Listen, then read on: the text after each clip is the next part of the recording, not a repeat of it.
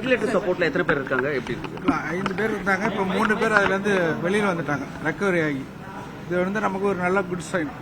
இங்க அரசு மருத்துவமனையை பொறுத்த வரைக்கும் இந்த போல ஒரு இன்சூரன்ஸ் வந்தோடனே எங்களுக்கு உடனே எங்களுடைய டைரக்டர் தொடர்பு கொண்டபோது பக்கத்தில் உள்ள விழுப்புரம், திருவண்ணாமலை மற்றும் சேலத்திலிருந்து சிறப்பு மருத்துவர்களை உடனே அனுப்பி வச்சோம், பிரத்யேகமான மருத்துவர்களை.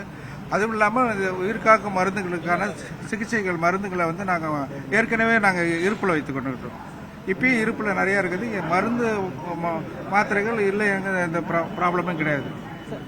இந்த ஓமோப்ரசோல் மெடிசன் இருக்குங்களா? மெடிக்கல் ஸ்டாக் இருக்கு. எல்லா மருந்தும் இருக்குது.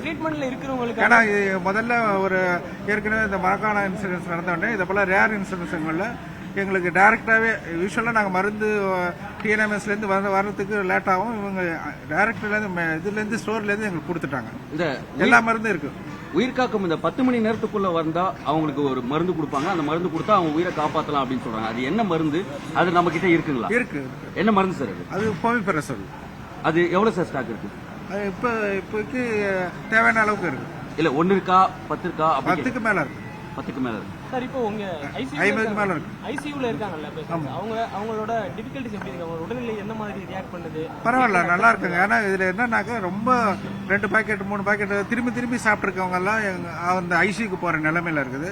மற்ற ஒரு கொஞ்சம் ஏர்லியா வந்தவங்க எல்லாம் நாங்க ரெக்கவரி பண்ணிட்டோம். என்ன சொல்ல போனா எங்கள்கிட்ட வந்து 141 பேஷண்ட் வந்திருக்கு. 141 பேஷண்ட்ல வந்து நிலமல்ல இப்ப வெளி ட்ரீட்மெண்ட் ஆகி இன்னைக்கே போற நிலையில எங்களுக்கு ஒரு 30 பேர் இருக்கிறாங்க. இல்ல, நாங்க திரும்பி அவங்களுக்கு சைக்காட்ரிக் கவுன்சிலிங் எல்லாம் கொடுத்து திரும்பி இதெல்லாம் சாப்பிடக்கூடாதுன்னு சொல்லி ஒரு அறிவுரை கொடுத்து மனநல ஆலோசனை ஒன்று பண்ணிட்டு அப்புறம் திரும்பி பிளட் டெஸ்ட் எல்லாம் பண்ணிட்டு, ஏன்னா போயிட்டு திரும்பி அவங்க வரக்கூடாது. ஏற்கனவே இந்த டெத்து நிறைய இருக்குது, எங்களுக்கு வருத்தமா இருக்குது. இனி காலத்துல எதுவும் அவர் வரக்கூடாதுங்கிறத கம்ப்ளீட்டா டெஸ்ட் பண்ணிட்டு அனுப்புறோம். அவங்க கேட்கறாங்க, நான் போறேன்னு சொல்றாங்க.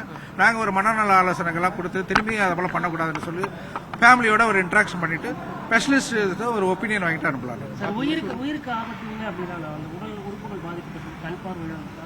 கண் பார்வை ஒன்றும் அதிகமாக இல்லை. இப்போ லேசாக தான் பாதிக்கப்பட்டிருக்காங்க. இதுக்காக ஒரு டாக்டர் சிவகுமார்ங்கிற ரவுண்ட் ஓ கிளாக் பண்ணிட்டே இருக்காரு.